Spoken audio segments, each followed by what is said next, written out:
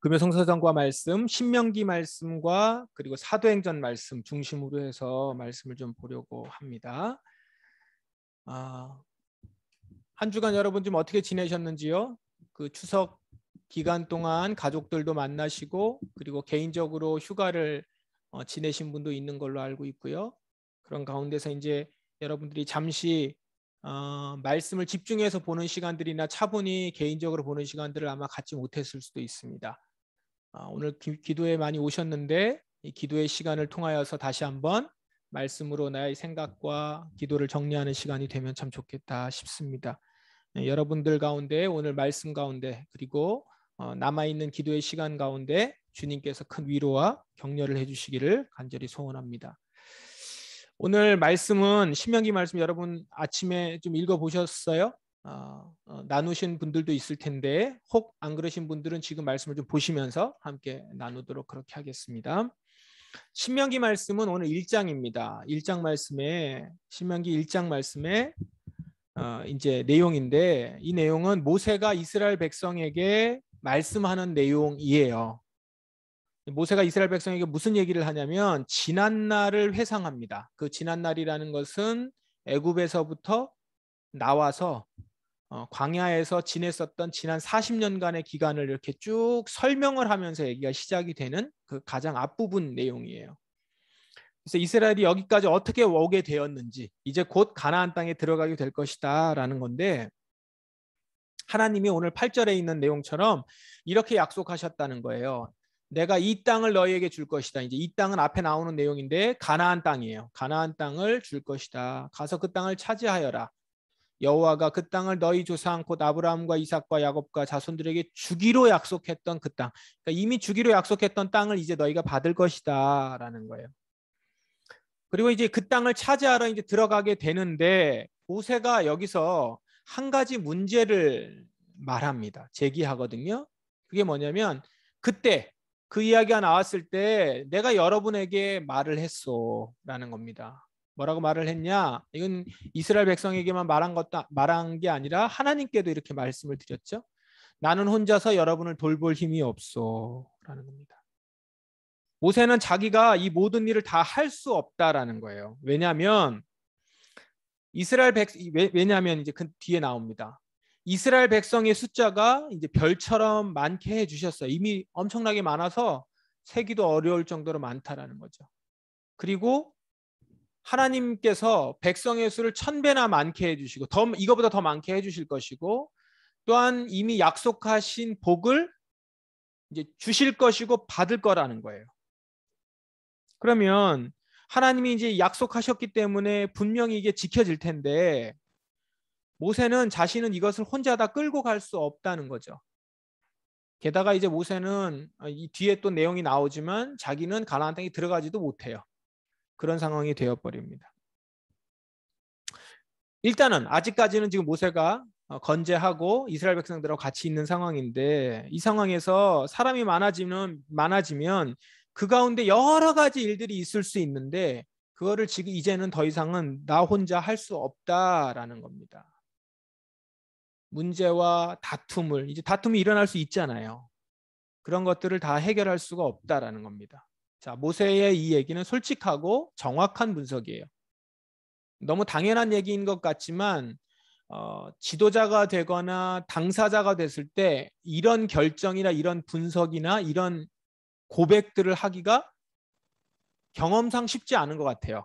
다른 사람을 봤을 때 여러분도 한번 어떤 사람들을 보시거나 지도자들을 보거나 하면 분명히 혼자 할 수 있는 것도 아니고 해서는 안 되는데 굳이 끝까지 자기가 그걸 하겠다고 하거나 고집하거나 붙들고 있거나 이런 경우가 있잖아요.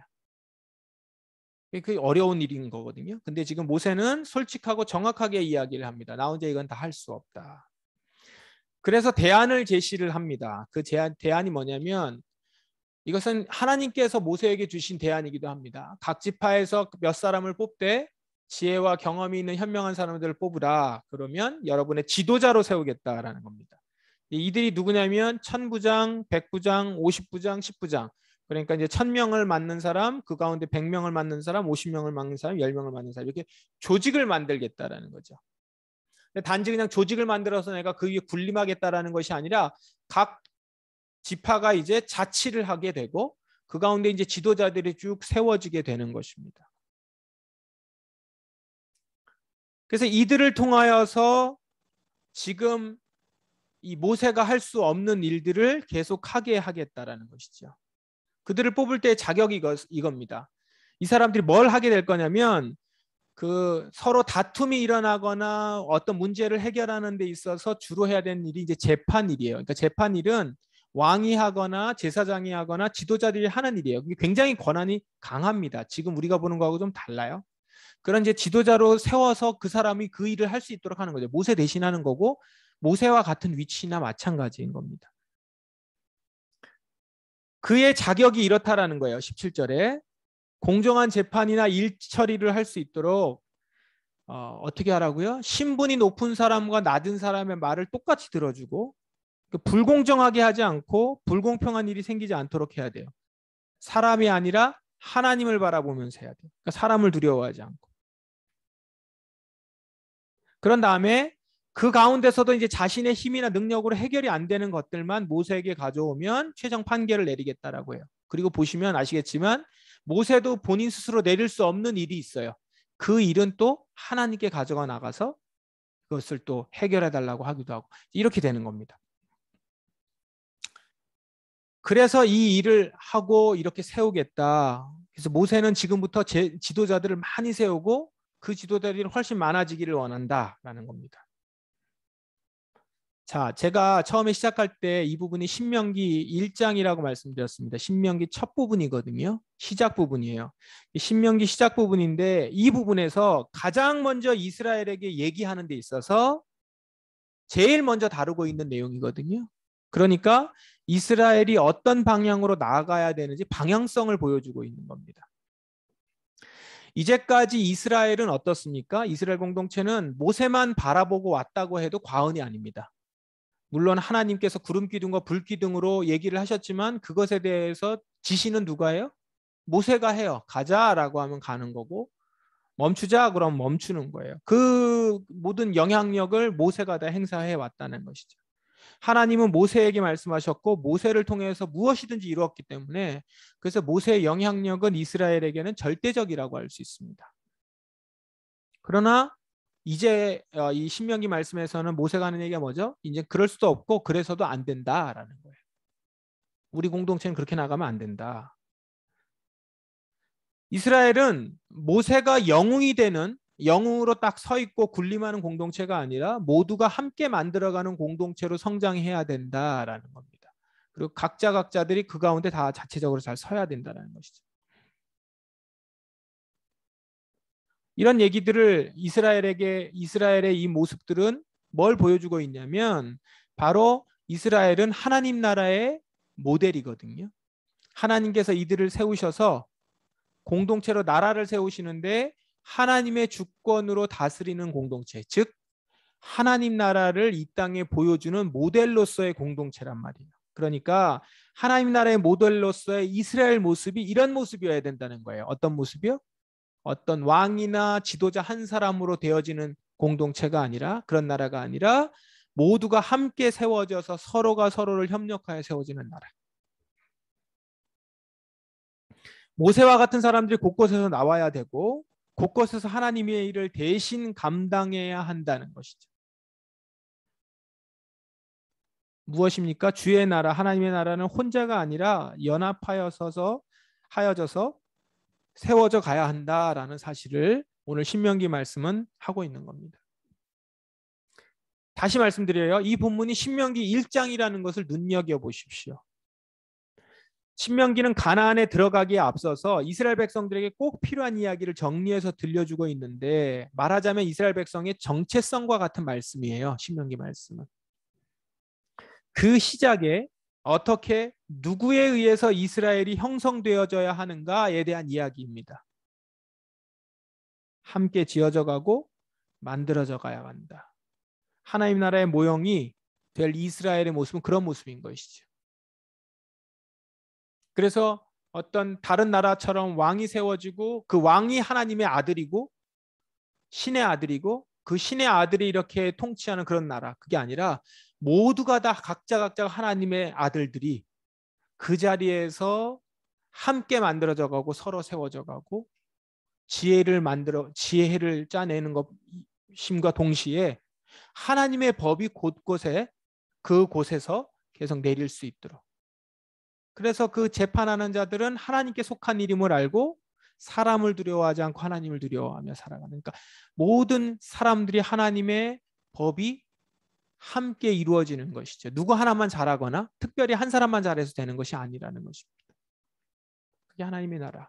이 얘기는 다른 말로 하면 다 똑같다라는 의미보다는 하나님이 이곳에서 함께 하시고 하나님 모든 사람에게 함께 하신다라는 것이죠. 그것이 이루어지는 나라, 그것이 하나님의 나라이며 이스라엘이라는 것입니다. 자, 이게 이제 신명기 말씀의 그 부분인데요. 여기에 이제 사도행전의 말씀을 연결해서 보십시다. 사도행전의 말씀은 하나님 나라에서 경계하고 있는 일들을 언급한다 이렇게 보시면 돼요. 오늘 이 사도행전 본문은요. 어떤 내용이냐면 이제 헤롯에 대한 이야기가 나옵니다. 헤롯에 대한 이야기를 통해서 교훈을 전하고 있어요. 본문에 헤롯이 나오는데요.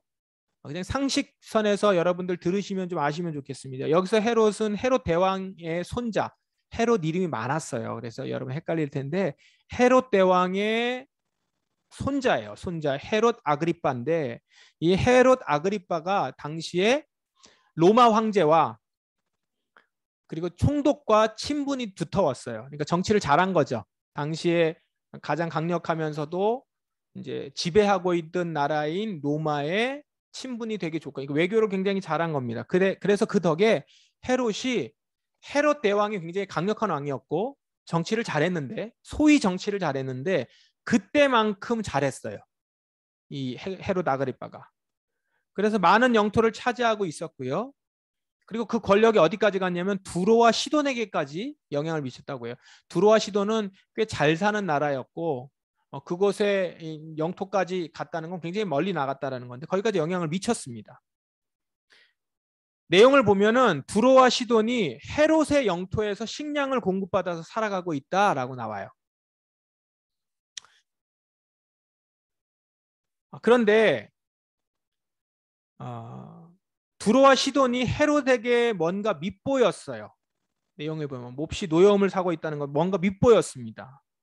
밉보이자 이제 헤롯이 어떻게 아마 한 것 같으냐면 식량 공급을 제한하겠다 이렇게 아마 엄포를 놓은 것 같습니다. 경고를 한 것 같아요. 그러니까 전혀 뭐 교류가 없거나 상관이 없으면 뭐 무슨 상관이야 이렇겠지만 지금 이 먹을 것 같고 이 목줄을 잡고 있는 거나 마찬가지인 거죠. 예, 먹을 것을 가지고 지금 경고를 하고 그걸 제한하겠다 엄포를 놓은 거예요. 그렇죠. 이제 두로와 시돈에서 난리가 난 거죠. 그리고 이 문제를 해결하고자 두로와 시돈에서 사신을 아마 보냈을 것 같습니다. 그래서 화해를 요청하면서 예루살렘에 왔습니다. 그 시간에 헤롯은 사람들 앞에서 아마 이렇게 연설을 했어요. 자신의 권력을 과시한 거죠. 그 시간에 아마 한 것 같습니다. 그 사람들이 와서 한 건지 그 사람들이 오는 것을 의식해서 한 건지 아니면 딱 때가 맞춰서 마침 그런 시간이었는지 어쨌든 그런 시간이었어요. 그래서 헤롯이 일장 연설을 합니다. 그러자 어떻게 해요? 모두가 환호를 해요. 특히 두로와 시돈에서 온 이들도 아마 환호했겠죠? 더욱 환호했을 겁니다. 막 동참하고요. 왜요? 아부를 해야 되니까. 그러면서 이 아부가 어디까지 가냐면 이런 환호까지 가죠. 이건 사람의 소리가 아니라 신의 소리다. 이런 거예요. 이건 정말 헤롯이 정말 신의 소리처럼 얘기를 했다기보다는 지금 아부에 가깝죠. 이야, 이런 얘기는 들어보지 못했다. 레전드다. 이건 신의 영역이다. 막 이제 이렇게 했겠죠. 엄청난 찬사를 했습니다. 헤롯에게 잘 보이려고 하니 얼마나 그렇게 얘기했겠어요. 게다가 헤롯에게 잘 보이려는 또 세력들이 있을 거 아닙니까? 지금도 보세요. 정치인들 나오니까 조금만 유력한 정치인들이 나오면 거기에 붙어가지고 막 이렇게 하는 그런 사람들은 어디나 있어요.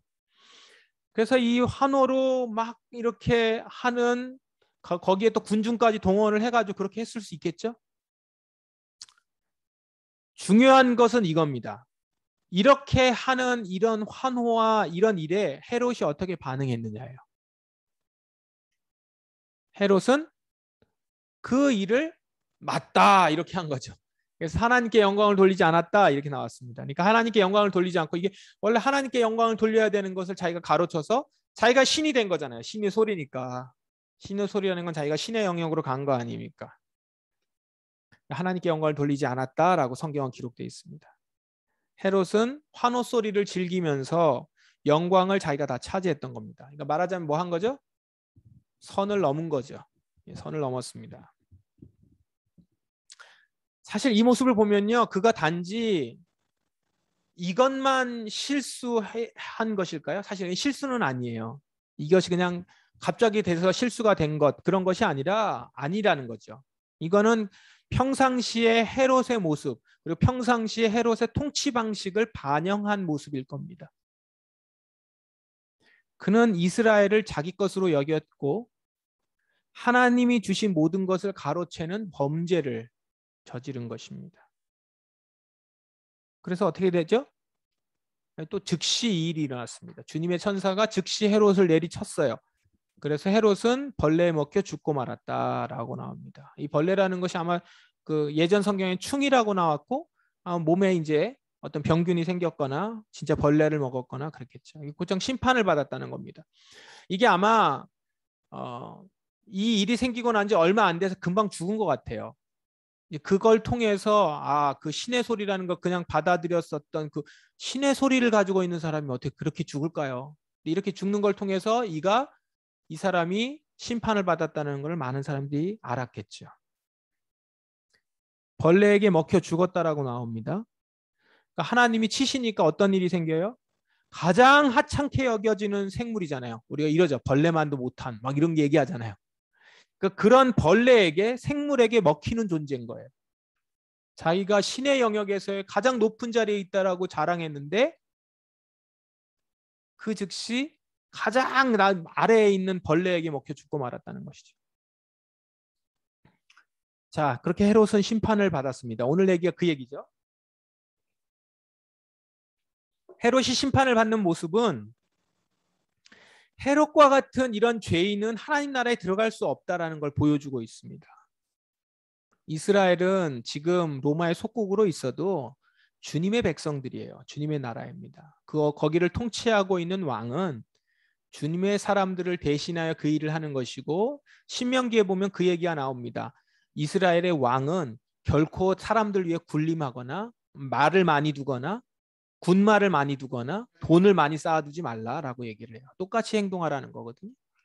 그런데 헤롯은 다른 사람들의 식량까지도 자기가 앗아서 그렇게 해서는 안 되는 일을 하면서 그걸 갖고 위협하는 자, 그리고 사람들이 환호하는 것을 자기 것으로 취하는 자로, 그렇게 자신의 교만의 죄와 자기가 모든 것을 다 가지고 있다라고 하는 죄를 가지고 있었죠. 그것을 하나님 나라에는 결코 들어갈 수 없는 것이었고 벌레에 먹혀 죽고 마는 것이죠. 지옥에 보면 이제 뒷부분에도 나오는데 지옥은 어떤 곳이에요? 예수님이 얘기하시죠. 벌레가 있다고 하거든요. 벌레가 우리를 갉아먹는다고요. 그렇게 심판을 받았다라는 겁니다. 자, 다시 신명기를 좀 봅시다.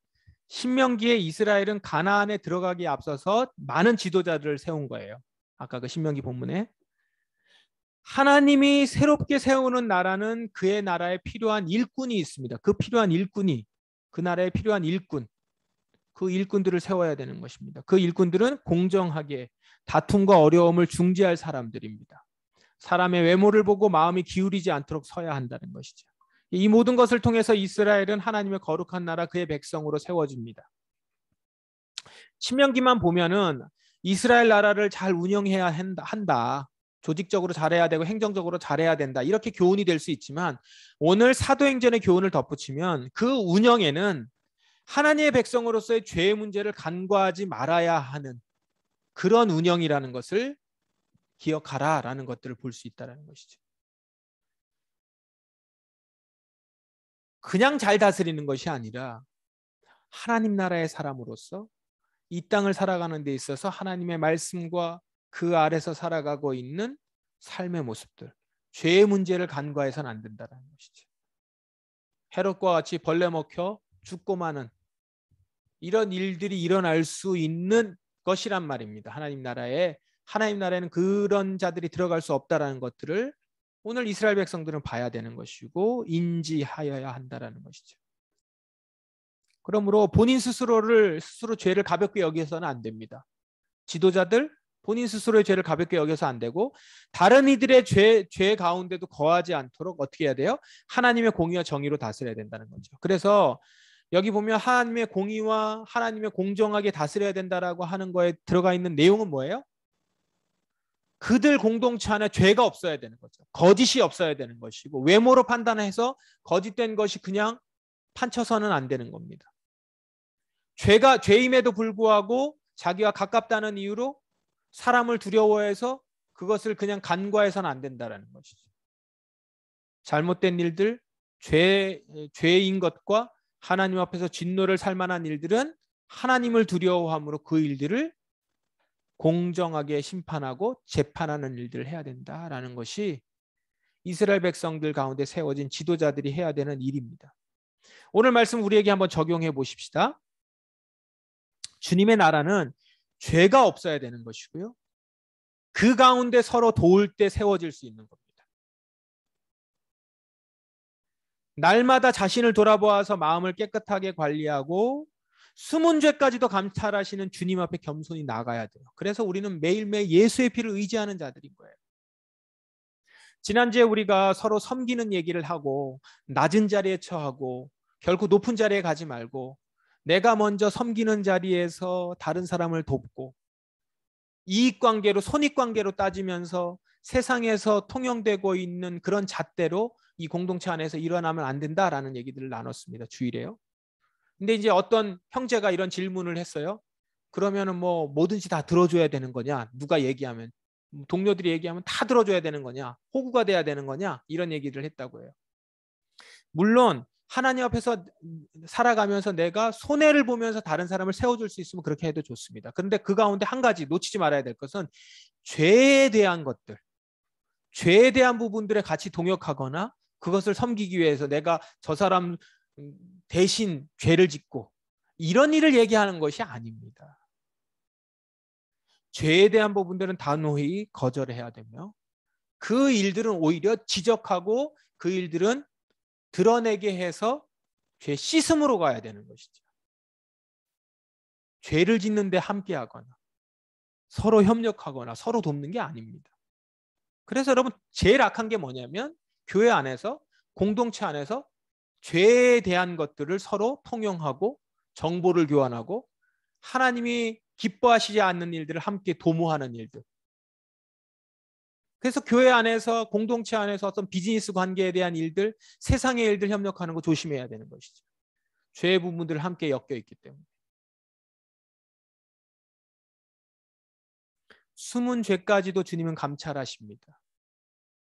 하나님께 영광을 돌리지 않는 모습과 주님의 영광을 가로채는 자들의 악함은 공동체 안에서 머물 수 없고 장차 하나님 나라에 들어갈 수 없다라는 것이죠. 그러므로 각 가정마다 하나님 나라가 세워져야 되는데 어떻게 해야 되겠어요? 각 가정에서 하나님께 영광을 돌리는 일들로 내 자신을 돌아보며 서로 부모와 자녀가 이곳이 주님의 나라라는 걸 잊지 마시고 그렇게 세워질 수 있도록 각자가 말씀 앞에 서야 되겠죠. 죄의 부분들을 돌아봐야 될 것입니다. 특별히 가정에서는 더욱더 그래야 되겠죠.